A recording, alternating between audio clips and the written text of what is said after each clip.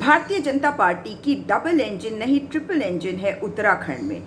मगर भारतीय जनता पार्टी के नेता तो क्या कहने, कार्यकर्ता भी लोगों को उत्पीड़ित कर रहे हैं, क्योंकि ये सत्ता में है। इसका दुरुपयोग करके ये आम जनता को किस प्रकार से प्रताड़ित कर रहे हैं, ये सुनिए। ये वीडियो मुझे अभी सोशल मीडिया पे मिला है और ये वायरल है।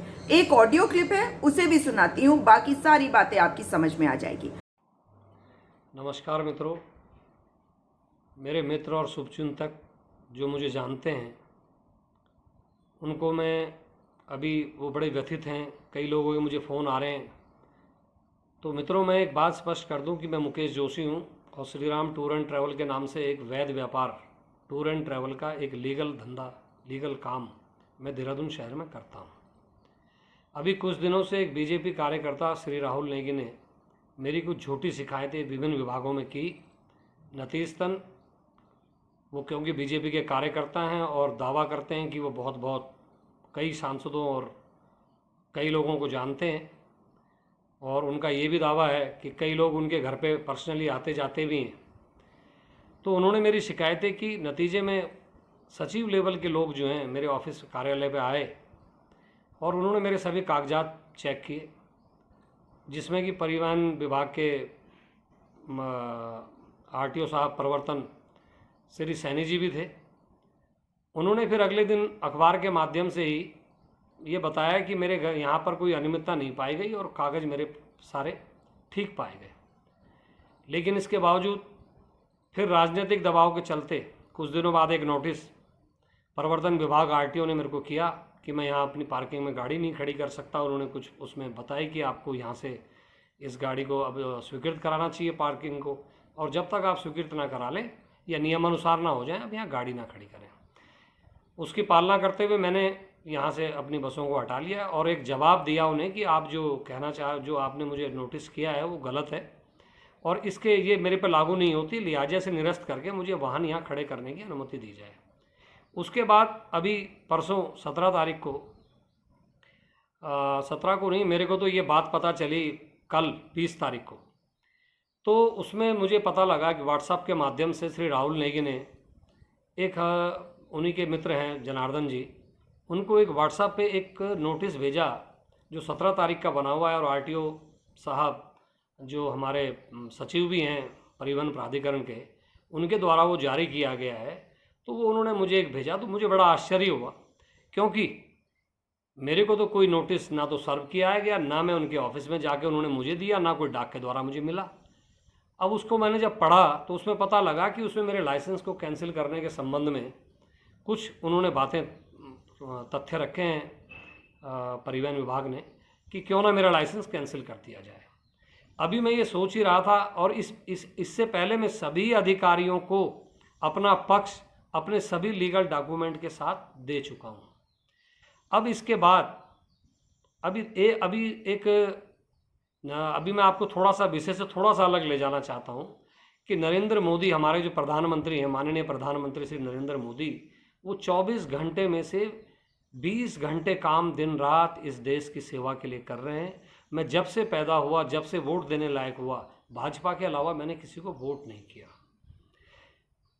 और हमारे सारे ही जो बड़े बड़े लोग हैं, मंत्री जी हैं, प्रधानमंत्री जी हैं, और उनके साथ जो सहयोगी हैं, वो दिन रात देश के भले के लिए लगे हुए हैं। अभी उत्तराखंड में चुनाव सर पर है, लेकिन श्री राहुल नेगी जैसे भस्मासुर बीजेपी के कार्यकर्ता वो बीजेपी को बहुत क्षति पहुंचा रहे हैं। और कैसे पहुंचा रहे हैं मैं बता रहा हूं कि उनका एक ऑडियो जो मेरे पास आया है, जिसमें उन्होंने बिल्कुल साफ खोल के रख दिया किस तरीके से उन्होंने अपनी पहुँच का, अपने बड़े बड़े नेताओं से लिंक का फ़ायदा उठाया और सारे गैर जरूरी और गैर कानूनी नोटिस मेरे खिलाफ करवाए गए। विभिन्न अखबारों में मेरे खिलाफ झूठी खबरें छपवाई गई। उसकी सत्यता को जानने के लिए मैं एक ऑडियो क्लिप इसके साथ आपका जो ये वीडियो बना रहा हूँ, इसके नीचे एक ऑडियो क्लिप वायरल कर रहा हूँ, तो उसको थोड़ा आप ध्यान से सुन लें।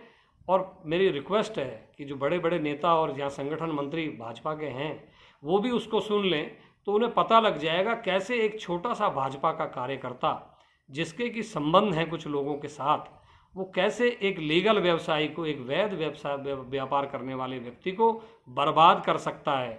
तो उस बारे में आप इस ऑडियो क्लिप को सुने, ज़्यादा से ज़्यादा शेयर करें, और जिससे कि प्रधानमंत्री नरेंद्र मोदी जी तक ये बात जाए कि ये कुछ कार्यकर्ता जो कि बिल्कुल गलत तरीके से पैसा कमा रहे हैं, लोगों से पैसा चाह रहे हैं और पैसा ना देने पर उनके व्यापार को ध्वस्त करने पर आमादा हैं, सरकारी मशीनरी का इस्तेमाल कर रहे हैं। मेरी आप सभी से रिक्वेस्ट है, इसको ज़्यादा से ज़्यादा ऑडियो को और वीडियो को वायरल करें। धन्यवाद। ये क्या क्या करवा रखा है? जय श्री राम। ये क्या क्या है? मतलब बिल्कुल ही क्या हो गया गला घोटोगे क्या अब? भाई? ऑफिस हटा ले बस, वरना फिर एक हफ्ते में लेसन निरस्त हो जाएगा। एक तारीख तक निरस्त बिल्कुल ही।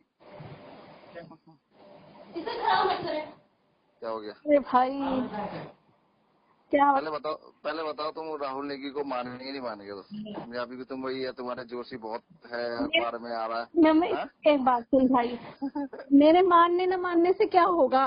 नहीं, एक चीज बताओ मुझे, अब देख लो सिर्फ मेरे हाथ में है। 1 तारीख तक ऑफिस अगर हटेगा तो मैं उसका लाइसेंस निरस्त नहीं कराऊंगा मेरे हाथ में, वरना लाइसेंस निरस्त हो गया, रोजी रोटी सब। भाई देख, किसी का बुरा नहीं करा करते, तू तो बहुत समझदार है, कितना अच्छा है। तो सबकी वो करता है रोटी में किसे। और जो लेटर आरटीओ से आया ना, सिर्फ मेरे पास आया था सबसे पहले विभाग से, फिर मैंने ही सबको भेजा। मैंने कहा भैया लेटर आ गया है। और लेटर पता कितनी तारीख को बना? 18 तारीख को नहीं बना, दिखा दूंगा। 17 तारीख को लेटर बन गया था, एक दिन पहले ही। बेकार लाइसेंस निरस्त हो जाएगा। बोलना भाई कहीं और काम कर ले और ऑफिस हटा ले यहाँ से, ठीक है? गेट वोट लगने वाला, क्यों अपनी सरदर्दी लेना, ठीक है? छोटी मोटी सोच नहीं लगी हुई, बहुत बड़ी सोच लगी हुई इसमें, ठीक है? और अभी भी एक ही बात बोलूंगा, मेहनत की कमाई है साला, मैं कर करके कैसे बना के अपना घर बना रहा हूँ। मेरे घर पे इसने आस डाली है, मेरे घर पे इसने शिकायत करी मेरी एमडीटी में, इसी कारण मैंने कराया ये सब कुछ। बाकी बोलना अभी, अब फोन तो आ ही गया उसके, चलने का कि कॉम्प्रोमाइज कर ले, बैठ के बात कर ले। अब जब यही करना तो क्या फायदा था इतनी बड़े सब कुछ करने का? मुझे बता दो। हाँ तो कर लो, अगर किसी बड़े ने कुछ कह दिया है तो छोड़। नहीं, बड़े ने कुछ कह दिया, बड़े मतलब पीछे से छुरी मार ले, और छुरी मारने के बाद बोलते जख्म भर दूंगा तेरा। भाई कोई बात नहीं, कुछ नहीं होता। तू तो समझदार है, कितना अच्छा लड़का है। मैं तो नहीं, समझदार तो हूँ, लेकिन अपने में सोचो, जब तुम अपनी मेहनत की कमाई का घर बना रहे हो, ठीक है? सुबह शाम साला मेरा बाप हॉस्पिटल में भरा, उसकी तू कंप्लेन एमडीटी में कर रहा है। मेरी एआरटीओ से मेरी कंप्लेन तूने आईएसबीटी में मेरी एआरटीओ भेजी, उसे एआरटी को तो रेड मार दी मैंने, जो आईएसबीटी 10-15 दिन में सर। हाँ, मैंने कहा एक चीज बताओ, जब मेरी मेहनत की कमाई है, मैं बना रहा अपना घर, तो इसे क्या मतलब था मेरे सब? हाँ गलत है सर, मैं लेकिन थोड़ा सा मैं उसी चीज से चिढ़ा हूँ। बाकी मैं इसको मजाक नहीं करना, सब कुछ सही तरीके से हो जाता, गेट भी लग जाता, सब कुछ होता, इसकी गाड़ी अंदर भी एंट्री हो जाती। कोई ऐसा नहीं था। अगर ऐसा भी दिया है तो कोई बात नहीं है ना, क्या? लेकिन ऐसा अगर कुछ हो भी गया है, मैं मानती हूँ उन्होंने गलत किया है।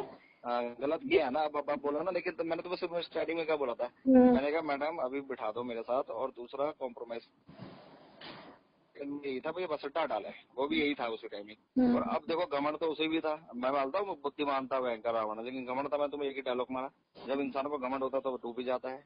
मैं हूँ, मेरा नेचर ऐसा है, ऊपर वाला सब देखता है, ठीक है? वरना ये छोटा मोटा थोड़ी इसका। वो लेटर तो तुम्हारे पास आया भी नहीं होगा, इस पे तो भेज ही दिया उसने जनार्दन। अब जनार्दन भाई का कल मेरे पे फोन आया, उसकी इज्जत करता हूँ, चल मेरी सगाई में भी आया था, फोटो दिखाऊंगा। जनार्दन, उसकी भी गाड़ियाँ चलती है इस के बाहर से ना। तो उसने मुझे फोन किया, भाई देख मेरे का हाथ, तो ही बात करनी थी जोशी को, तो क्यों इतना बड़ा मैटर करना था? मुझे बता दो, इतना बड़ा मैटर क्यों करना था?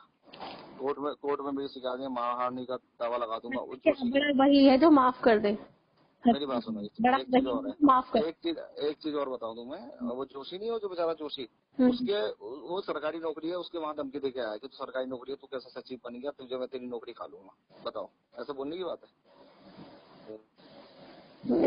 दूसरा जोशी, मैं एक चीज बता दूं, जोशी अपने दिमाग से नहीं करूंगा, तनेजा ज्यादा भड़काना होगा, ये जो तुम्हारा मालिक है तनेजा, ठीक है? और अभी देखते रहो, मैं आज तो मैं एक बात भी बोल रहा हूँ, 2 महीने के अंदर मेरी रोड पूरी 30 फीट भी हो जाएगी। 2 महीने के अंदर बता रहा हूँ मैं तुम्हें, 2 महीने के अंदर आगे की दुकानें भी टूटती हुई मिलेगी। लिख के लो, मेरा नाम बदल देगा, नहीं टूटी, मैं वहाँ से घर छोड़ दूंगा। बताओ हम जिसमें चढ़ता प्रॉपर्टी पे क्यों वो कर रहे हैं? नहीं, अब अच्छा, वहाँ मेयर साहब पे गया है कल परसों, वहाँ मुझे फोन में बात करा रहा, क्यों? मैं तो 30 फीट लोड लूंगा अपनी, ठीक है? अभी भी बोलो बैठ जाओ मेरे साथ, अगर मेरे साथ बैठेंगे नहीं तो जब वो हो जाता है ना, तीसरी आंख खुल जाती है शिप की, तो वो पता है फिर कैसा डंडा होता है।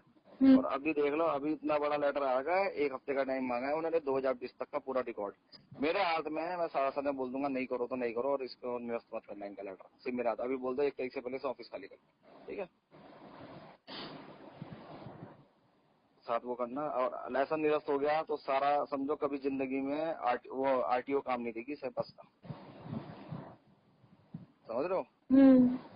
ये तो तुमने भी देख लिया होगा, अखबार में आया, तुम्हारे तो फोन आया होगा, अखबार में देखा। अखबार में देखा, मैं तो पढ़ रही थी अखबार अभी। मुझे अखबार झूठ लिखेगी क्या? है, अखबार झूठ तो लिखेगा, अखबार पे सबूत आ रखा है पूरा। हाँ तुम्हें भेज देता हूँ सबूत, देख लेना। पूरा आरटीओ ने लिख के दे रखा, आरटीओ ने भी नहीं दे रखा, शासन ने लिख के दे रखा है।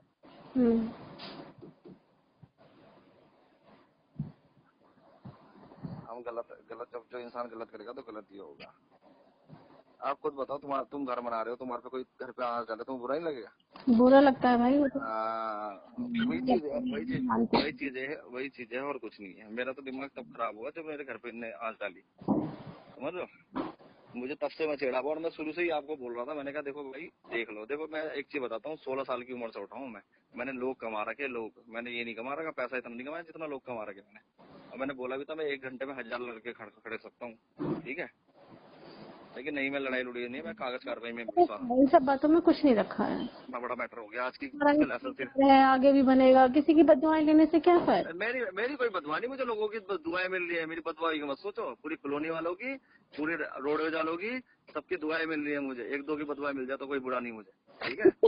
हाँ, 1-2 मुझे तो पूरी कॉलोनी वाले सब पे एंकर कह रहे हैं भैया। मैं क्या करूँ? तुम्हारा कुछ नहीं हो रहा, तुम वहाँ जाओ, एक काम करो, सन्यासी बन लो, और क्या करना। सन्यासी बन जाऊँ? हाँ, सन्यासी बन जाओ, और क्या। परिवार को कहाँ ले जाऊँ सन्यास? अरे भैया मैं तुम्हें कहता हूँ आईसीटी में तुमको दिला देते, तुम्हें टिफिन का मई कर लो बस। तो ये तो ऑफिस भी हटने वाला है 1 हफ्ते तक, 1 तारीख तक का टाइम दे रखा मैंने अल्टीमेट। 1 के बाद दूसरी तारीख को तुम्हें निरस्त का लेटर आ जाएगा, ठीक है। बात कर लो अपने हिसाब से, ठीक है। बोलना, अखबार में पढ़ा था मैंने, राहुल से बात की। कॉम्प्रोमाइज कर लेते हैं फिर। कॉम्प्रोमाइज भी क्या करेंगे, कॉम्प्रोमाइज भी करेंगे तब भी तो हटना ही है हमें। ऐसा थोड़ी कॉम्प्रोमाइज, हमें तो ऑफिस हटना है वहाँ से, है ना। पहले के दिन वहाँ गेट लगेगा, कौन सी इसकी एंट्री हो जाएगी किसी भी गाड़ी की, ये बताओ ना मुझे। एक बात सुनो, कॉम्प्रोमाइज मतलब करने से भी गेट मतलब वहीं हटना है वहाँ से, वो हटना है। तो ऐसा थोड़ी कॉम्प्रोमाइज ये है कि मैं लाइसेंस निरस्त नहीं करूंगा इसका। कॉम्प्रोमाइज इसलिए। अच्छा, तो क्या सोचो तुम क्या सोच रहे, बस अड्डा दोबारा आएगा? भूल जाओ अपना काम धंधा, कहीं और देख लो, अब तो भूल जाओ, बस अड्डा आएगा। इतनी बड़ी बात लिख दी अखबार ने, झूठ थोड़ी लिखी, एक अखबार नहीं सारे अखबारों में आ गया, कम से कम 8-9 अखबारों में आ गया, ठीक है। इसलिए बेकार अपना काम धंधा क्यों देखो। तुम जोशी के भरोसे मत हो कि जोशी तुम्हें बोला अरे बस अड्डा दोबारा आएगा, टेंशन मत लो, ये वो बहुत बड़ा लेटर आ रहा है सरकार की तरफ से। और अभी तो छोटा मोटा था, पूरी सरकार की तरफ में चला गया। चलो कर लो अपने, चलो टेंशन में बहुत है ना। किसी को इतनी टेंशन भी देनी जरूरी है? बस हम गढ़वाली पहाड़ी लोग हैं, हम किसी की रोजी रोटी में लाद नहीं मारते।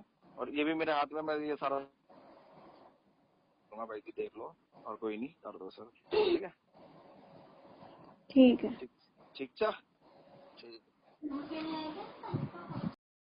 अब जानना चाहती हूं मुख्यमंत्री उत्तराखंड पुष्कर सिंह धामी जी से कि क्या कार्रवाई होगी इस रोहित नेगी पर।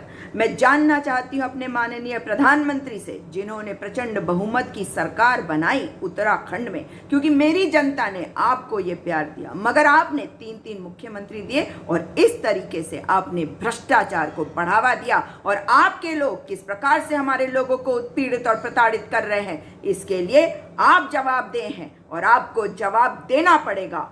आप माफी मांगिए हमारी जनता से, और आपको जनता के सामने आना होगा ये बताने के लिए कि ऐसे लोगों पे कार्रवाई क्या की जाएगी।